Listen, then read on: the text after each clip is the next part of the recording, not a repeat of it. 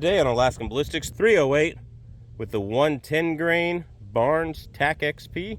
Now let me just say I called this bullet the wrong thing the whole time we were out shooting. It is the TAC-TX FB. Out of a 308 Winchester instead of a 300 Blackout. Let's see what it does.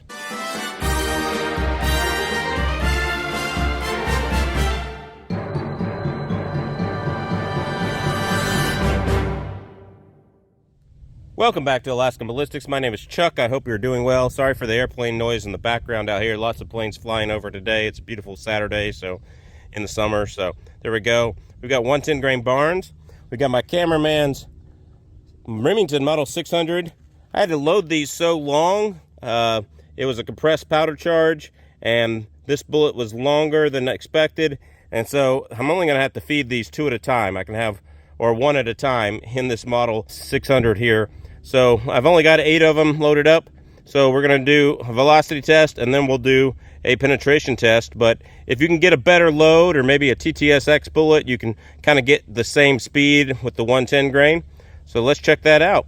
Here we go, Remington 600 18-inch barrel with the 110 grain TAC XD.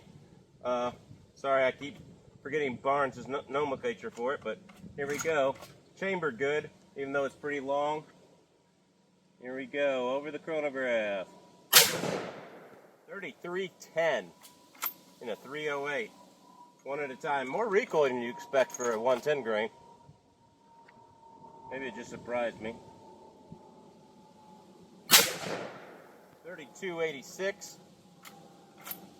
Little sticky on the bolt there. Probably because of the cartridge overall length.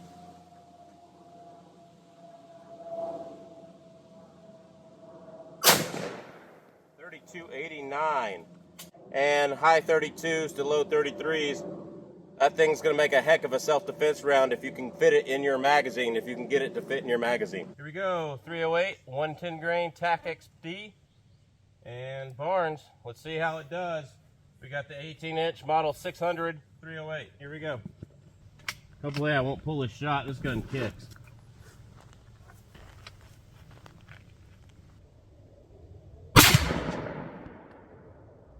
All right, let's see what it did. Hope I didn't jerk it.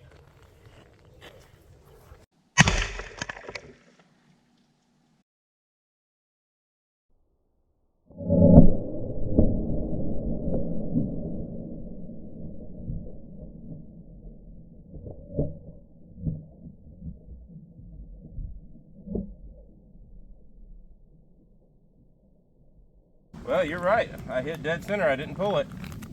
It just made a mess of things, though. Look at that. That's just all messy. Went dead center through the milk jugs, water jugs. And third, fourth, it looks like it poked out the fourth, but might have bounced off and stayed in the jug. So 4 water jugs. That's more penetration. People told me it would just explode. Now there's one of the petals that flew off of it. They say they're made for 300 Blackout, and any faster they'll explode. They're making them a 110 grain and 6.5 Creedmoor now. Yeah, there it is. It lost its petals. I wonder if there's petals in the other bottles. If that's the only one. Yeah, there's a little petal in here.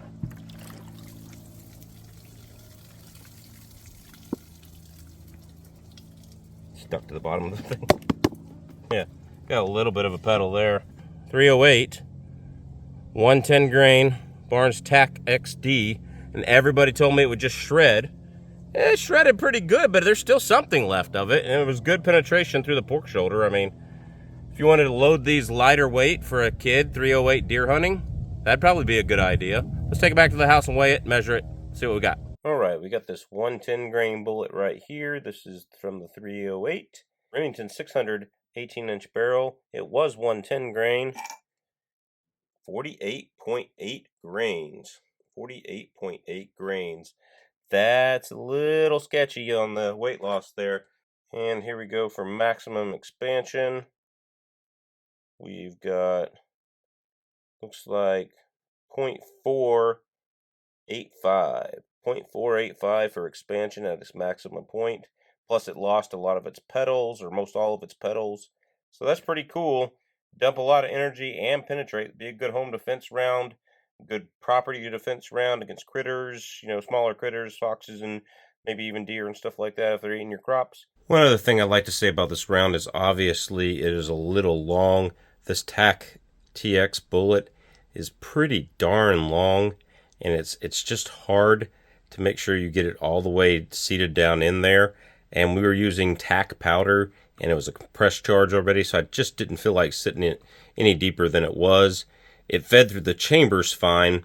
Both rifles we tried it in, which we did shoot one or two, I think, out of the Springfield M1A. Maybe I'm not wrong on that, but it did not actually fit in the magazines because of that.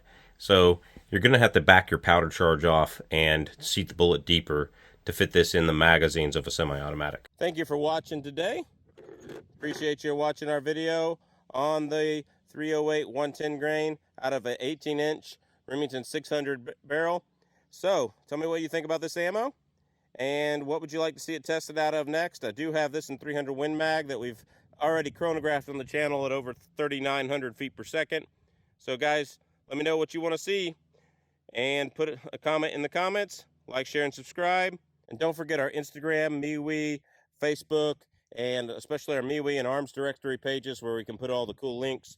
God bless, take care, Godspeed, and good hunting.